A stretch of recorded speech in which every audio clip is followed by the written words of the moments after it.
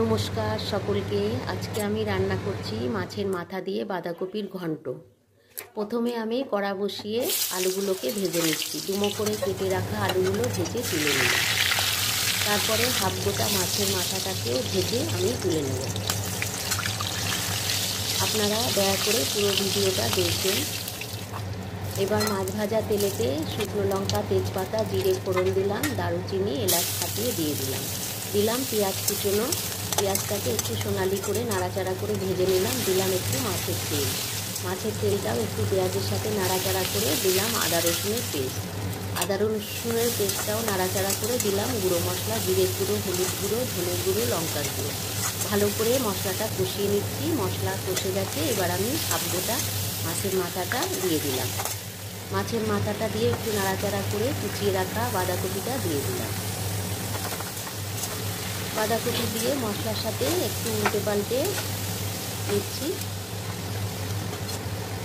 মশলার সাথে বাঁধাকপিটা মিশিয়ে নিয়ে এবার আমি অল্প লবণ দিয়ে দিলাম।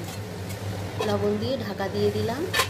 কিছুক্ষণ বাদে আমি বাঁধাকপিটাকে নেড়ে দিচ্ছি। বাঁধাকপিটা একদম মজে গেছে।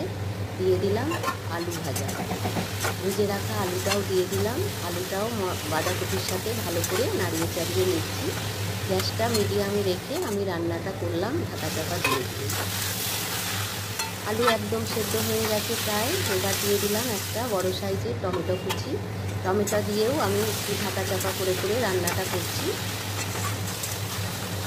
টমেটোটাও সেদ্ধ হয়ে গেছে, আলুও সেদ্ধ হয়ে গেছে। বাঁধাকপি থেকে তেল ছেড়ে দিয়েছে, ভালোভাবেই রান্নাটা হয়ে গেছে। এবার আমি স্বাদ অনুসারে একটু চিনি দিয়ে দিলাম।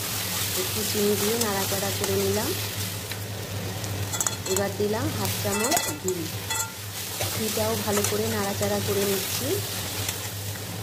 এবার দিচ্ছি কুচনো ধনেপাতা আর চেরা কাঁচা লঙ্কা। আর বেশি কিছু দিলাম না মশলা। এবার আমি শীতকাল ধনেপাতা দিয়েই বাঁধাকপিটা রান্নাটা শেষ করব।